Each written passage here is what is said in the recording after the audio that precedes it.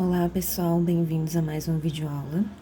E dessa vez, finalmente, nós vamos falar sobre a primeira lei da termodinâmica, né? Que é, eu diria, o fechamento de todos os conteúdos que nós vimos até agora no terceiro bimestre e ver como eles se relacionam, né, no mundo real. Então, a primeira lei da termodinâmica, ela diz o quê? Ela diz aquilo que nós já vimos lá no início do ano, quando a gente estava falando sobre conservação da energia. Foi o que eu falei para vocês, né? Ela é através da primeira lei da termodinâmica que se obtém as relações de conservação da energia. Por quê? Porque a primeira lei diz o quê? O valor total da energia de um sistema é sempre constante. Então, se eu somar acontecendo qualquer tipo de transformação, né? Se eu somar todas as energias de um determinado sistema, certo? Eu tenho que delimitar esse sistema que eu estou estudando. E se eu somar as energias totais desse sistema, o valor tem que ser sempre constante. O que é que isso significa? Significa que nenhuma energia pode ser criada ou destruída. Elas apenas se transformam. Então, se nos sistemas as energias vão sempre se transformando umas nas outras, né? Um tipo de energia em outro tipo, mas elas não somem, elas não evaporam, elas não são criadas do nada. Elas sempre existiram, né? E sempre vão existir. Só que elas mudam a característica delas, né? Podendo ser energia térmica, energia mecânica, energia elétrica, energia potencial.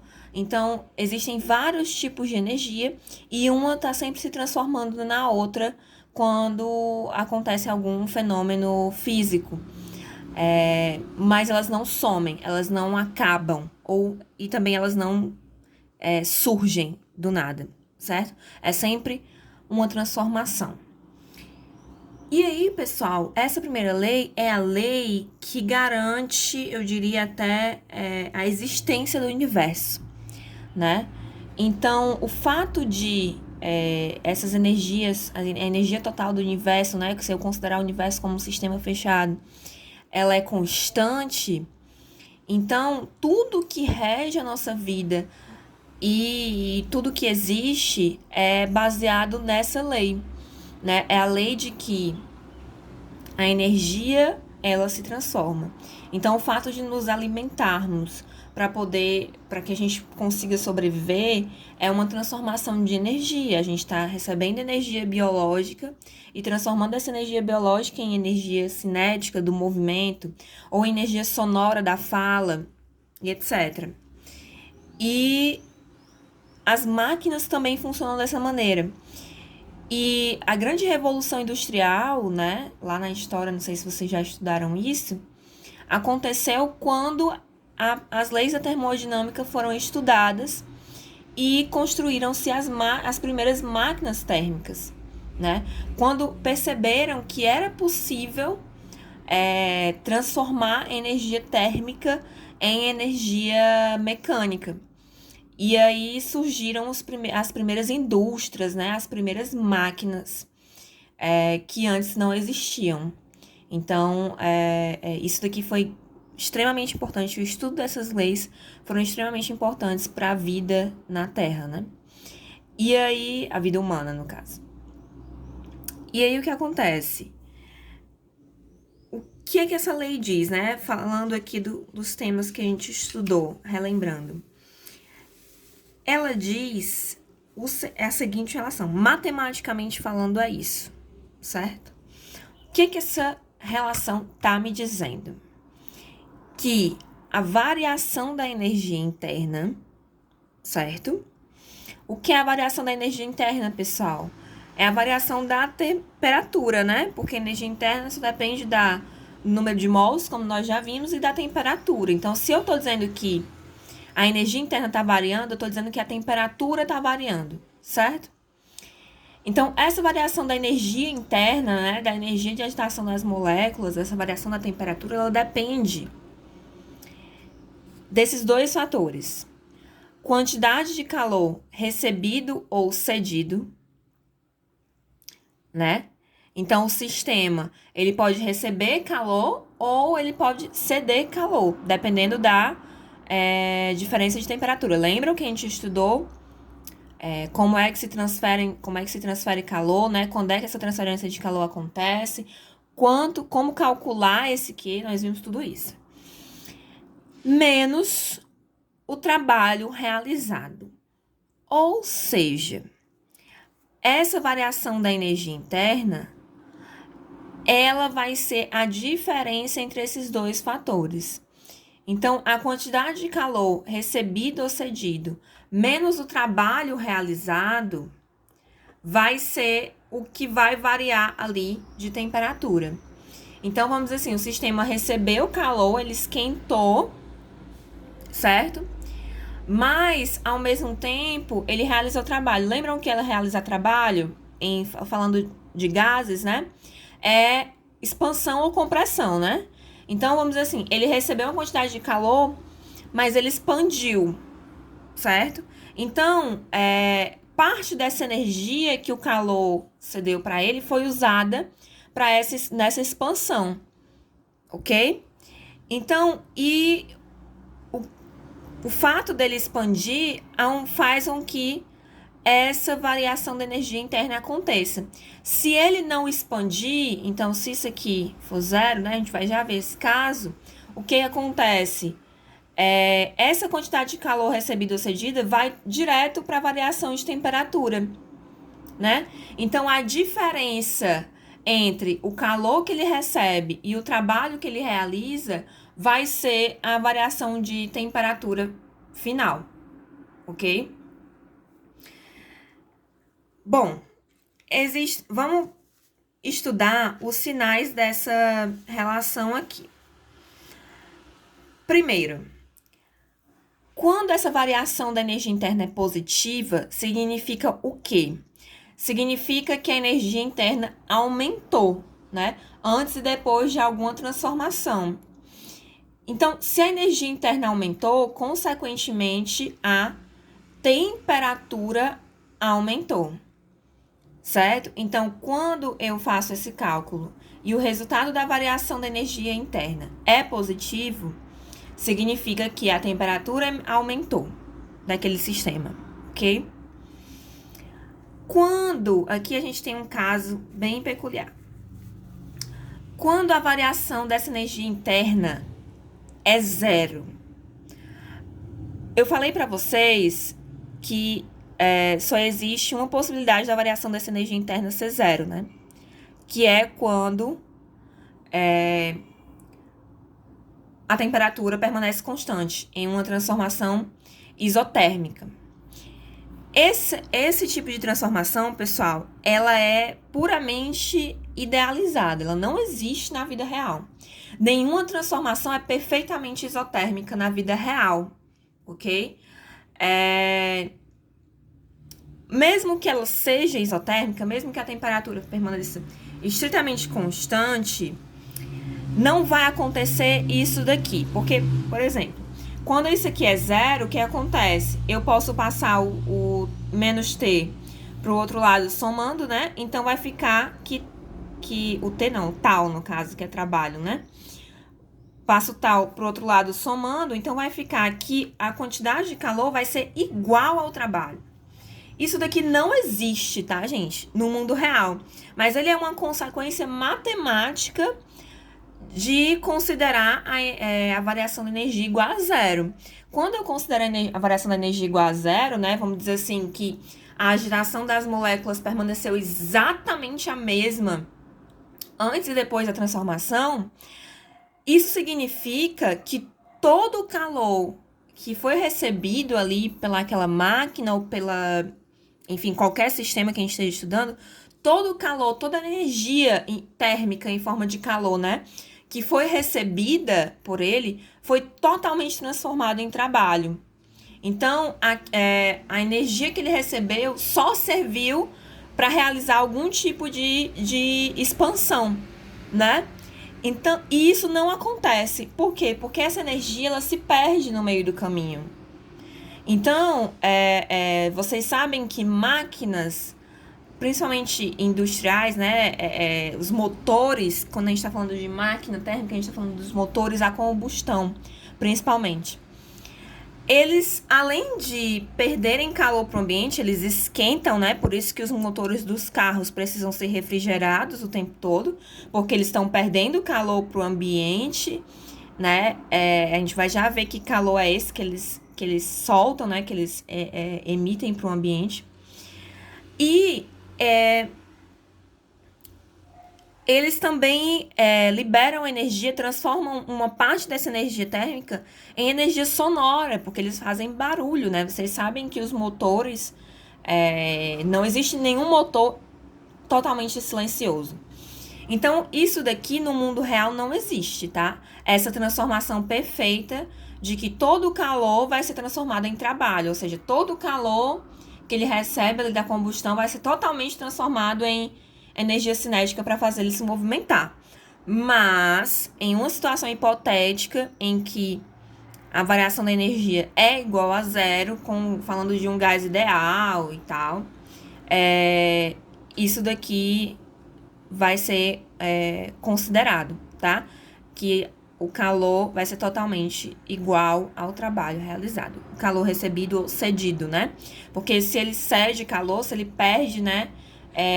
Ele também realiza trabalho, só que é o ambiente que realiza trabalho no sistema e faz com que ele seja comprimido.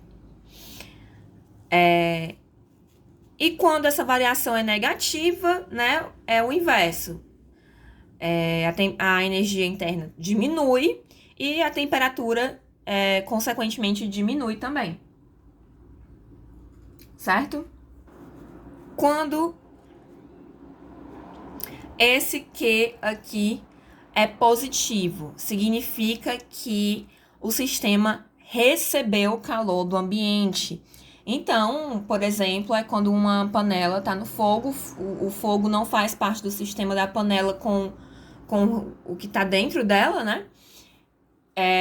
Então, esse calor do fogão é um calor que ela está recebendo do ambiente. Então, a gente diz que o Q, nesse caso aí, ele é positivo, ok? Então, é quando o sistema recebe calor do ambiente. Esse valor aqui, Q, vai ser positivo, certo? E quando o Q é zero? Quando o Q é zero, a gente já tem outras situação daquelas situações hipotéticas, né? Quando o Q é zero, né? Ou seja, não há troca de calor do sistema com o ambiente, nem ele não está cedendo calor para o ambiente e nem recebendo. Isso daí, pessoal, só aconteceria em um sistema que é totalmente isolado termicamente. A gente conhece os isolantes térmicos, né? Mas nenhum isolante térmico é 100% efetivo. Então, dentro do laboratório, os cientistas conseguem fazer isolantes muito bons, né? Ultra isolantes, né? Super isolantes, com materiais construídos em laboratório. Mas mesmo esses isolantes super hiper power poderosos, eles não conseguem isolar totalmente 100% um sistema de trocar calor. Esse Q aqui, ele na vida real nunca vai ser zero. É o mesmo caso disso daqui, tá? Mas numa situação hipotética em que esse Q for zero, em que a gente chama de transformação adiabática, tá? Deixa eu anotar aqui para vocês. A transformação adiabática.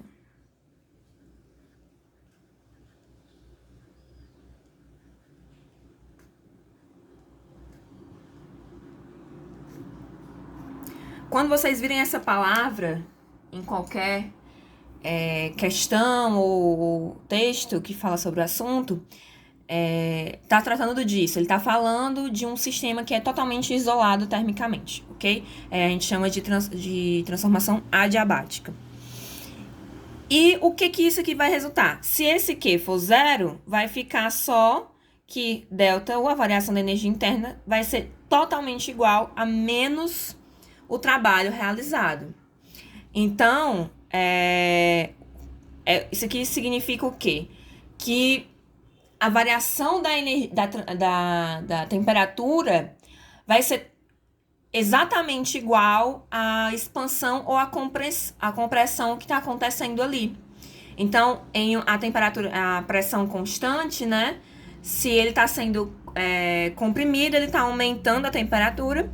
Se ele está expandindo, ele está diminuindo a temperatura. Então,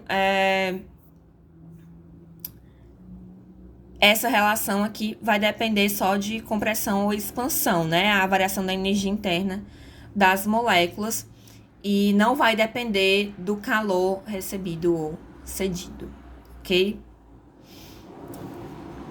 E quando o Q é negativo, é o contrário do positivo, né? É quando o sistema cede calor para o ambiente. Então, o ambiente está menos quente, né? Nesse caso, que o sistema, né? O ambiente está mais frio, né? Como dizem, né? Não é mais frio, é menos quente. Então, se o ambiente está menos quente que o objeto que a gente está estudando, ele é que vai acabar cedendo o calor para esse ambiente, né? E aí, o que vai acontecer? O Q, nesse caso aqui, ele vai ser negativo. Então, vai ficar menos Q, menos o trabalho realizado, ok?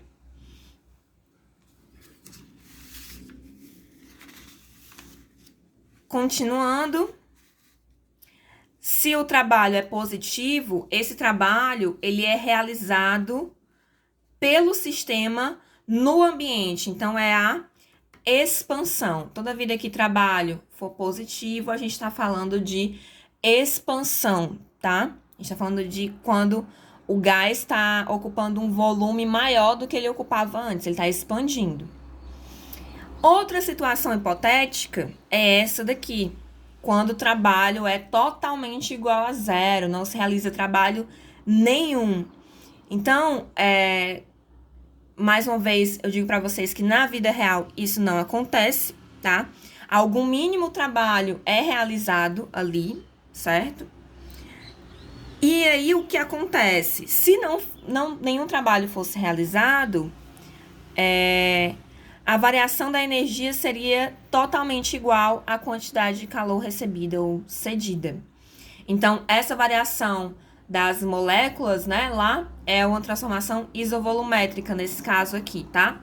Numa transformação isovolumétrica, em que o volume permanece constante, né? Quando é que não tem trabalho, pessoal? Quando o volume fica constante o tempo todo, né? Isso aqui até é um pouco mais possível de fazer se eu tiver um sistema em que o volume conseguisse permanecer constante o tempo todo, eu poderia até ter uma aproximação a essa situação aqui, em que a variação da energia das moléculas, né, a variação da temperatura, a variação da mobilidade dessas moléculas, ela vai depender apenas do calor que aquele sistema está recebendo ou está cedendo, certo? Então, se o sistema cede calor, né, ela diminui a energia interna, né, fica menor. E se o sistema recebe calor, a energia interna aumenta, certo? Então, se Q é negativo, automaticamente a energia interna também vai ser negativa. Se Q é positivo, a energia interna também vai ser positiva, ok?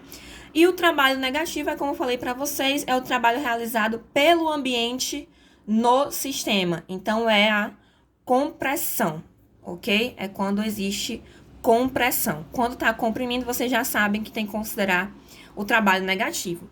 Lembrando, pessoal, que nesse caso aí de compressão, o trabalho negativo é independente desse sinal aqui. Esse sinal aqui é da fórmula da primeira lei da termodinâmica. Quando o trabalho fica negativo, fica menos trabalho. Aí fica menos com menos e acaba virando um mais aqui no meio. Então, nesse caso de compressão, eu tenho que colocar um outro menos aqui na frente do trabalho, tá? Prestem atenção nisso, tomem cuidado com isso. Agora vamos falar de uma transformação cíclica, que é exatamente como funcionam as máquinas térmicas, os motores a vapor, né? Eles funcionam com base nessas transformações cíclicas, que nada mais é do que transformações gasosas ocorrendo em ciclos, né? Eles voltam sempre para o mesmo ponto. Então, nesse caso aqui, o que a gente tem? A gente tem, vamos dizer, vocês podem começar o ciclo de qualquer ponto, tá, gente? Então, eu vou dizer que eu vou começar aqui do ponto A. No ponto A, o gás tinha uma pressão P1 e um volume V1. E aí, o que aconteceu? De A para B, né? Ele sofreu uma expansão isobárica, uma expansão a pressão constante. Essa expansão pode ser com pressão variável? Pode, nós já vimos, né? Mas nesse caso aqui, como ela tá retinha, ó, significa que é uma expansão a pressão constante. Então, é uma expansão isobárica. Ele aumentou, ó, o volume estava V1 aqui, ó, e veio para V2 aqui. Então, ele expandiu e chegou aqui no ponto B. Uma pressão constante, tá? A pressão se manteve constante. Do ponto B para o C, o que aconteceu? Ocorreu uma transformação isovolumétrica. Lembram do que é a transformação isovolumétrica, pessoal? Aqui, ó, trabalho igual a zero, né? Não há trabalho sendo realizado. Então, a variação da energia interna da temperatura vai ser totalmente igual à quantidade de calor. Nesse caso, a pressão está diminuindo. Então, o que está acontecendo aí, né? Essa energia interna está diminuindo. O gás está resfriando, certo? Então, quando diminui a pressão do gás nas paredes do recipiente, significa que ele está resfriando. A agitação das moléculas está menor. ΔQ está menor. Significa, se ΔQ está menor, o Q está negativo. Ele está cedendo calor para o ambiente. Ele está resfriando. Então, aqui, ele expande, né? A uma pressão constante. E daqui para cá, ele vai resfriar. O volume vai permanecer o mesmo, ele está ocupando o mesmo espaço, mas ele está diminuindo a pressão. Então, significa que ele está resfriando, nesse caso. E aí, ele resfria, e o que acontece quando ele resfria, né? Até ele resfria a pressão a volume constante. Chega até um ponto em que a pressão agora vai ser constante e ele vai ser comprimido, né? Então, vai rolar de C para D uma compressão isobárica. Então, vamos lá. De A para B, ele expande, né? Ele vai expandir. Aí, ele vai resfriar, resfriar, resfriar. Quando ele chega no ponto C, ele comprime, certo? Até o ponto D. Quando ele chega no ponto D, acontece o inverso. Do D para o A, acontece o inverso do B para o C. Vai acontecer uma transformação isovolumétrica, mas nesse caso aqui, ó, a pressão está aumentando. Quando a pressão aumenta, significa que a energia interna está aumentando. Então, esse ΔU é positivo. Consequentemente, o calor está sendo recebido por ele. Então, ele está esquentando. Então, ele está aqui no volume V1, né, pequeno. Ele vai esquentar, esquentar, esquentar, esquentar, esquentar, até certo ponto em que ele vai expandir, certo? E aí, pessoal, vira que nem um coração batendo. Expande, né? Esquenta, esquenta, esquenta, expande, esfria, esfria, comprime, expande, esquenta, esquenta, expande, esfria, comprime. Esquenta, expande, esfria, comprime. Ele fica nisso o tempo todo. Então, o que vai resultar, né? O trabalho realizado por ele nesse processo de expansão e compressão, expande, comprime, vai ser igual à área desse ciclo. Então, qualquer que seja o ciclo, se for um ciclo fechado, vocês lembram que o trabalho, né, é igual à pressão, quando a pressão é constante, a variação do volume, né? Vezes a variação do volume. Não é isso? Só que, no caso de uma transformação cíclica, ocorrem dois trabalhos, um positivo e outro negativo. Então, o trabalho final de um ciclo completo, a gente considera como sendo a área dessa figura geométrica formada pelo gráfico de pressão por volume, ok? Então, vocês têm que desenhar o gráfico de pressão por volume, se a questão der fica mais fácil, né? E aí, calcula a área. Aqui é a área do quadrado. Como é a área do quadrado? É base vezes altura, é simples, né? Então, dependendo da figura que for formada aqui, vocês têm que calcular a área dessa figura. E a área dessa figura vai ser igual ao trabalho que foi realizado nesse ciclo. Isso só vale para transformações cíclicas, tá, gente? Em que ele fica o tempo todo repetindo o mesmo processo, certo? Nesse caso, de uma transformação desse tipo aqui, ela é uma transformação, mais uma vez, idealizada. Ela não é real. Nenhuma máquina térmica, nenhum motor a vapor consegue fazer transformações cíclicas tão perfeitas, voltando exatamente para o mesmo ponto, né, em que o trabalho está sendo totalmente aproveitado. Então, nesse caso aqui, quando é cíclico, quando é um ciclo fechado, o que acontece? A energia interna, se eu calcular a energia interna do processo inteiro, do ciclo inteiro, por exemplo, a energia interna desse ponto a esse variou, desse ponto a esse variou também, desse ponto a esse variou também, desse ponto a esse também variou.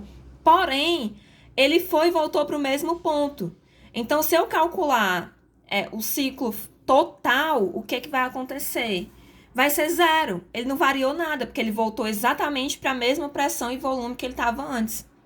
Certo? Então, é aquela situação hipotética, que não é real, em que a variação da energia interna é zero, né? Não variou nada de energia interna.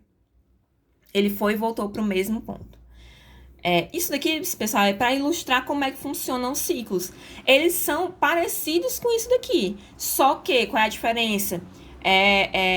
Eles não são perfeitos, não são ciclos perfeitos, eles vão mudando. A cada ciclo, ele não volta exatamente para o mesmo ponto. Então, se ele saiu desse ponto aqui, num ciclo ele vai voltar para um ponto aqui. Aí, no outro ciclo, ele vai passar por outro ponto.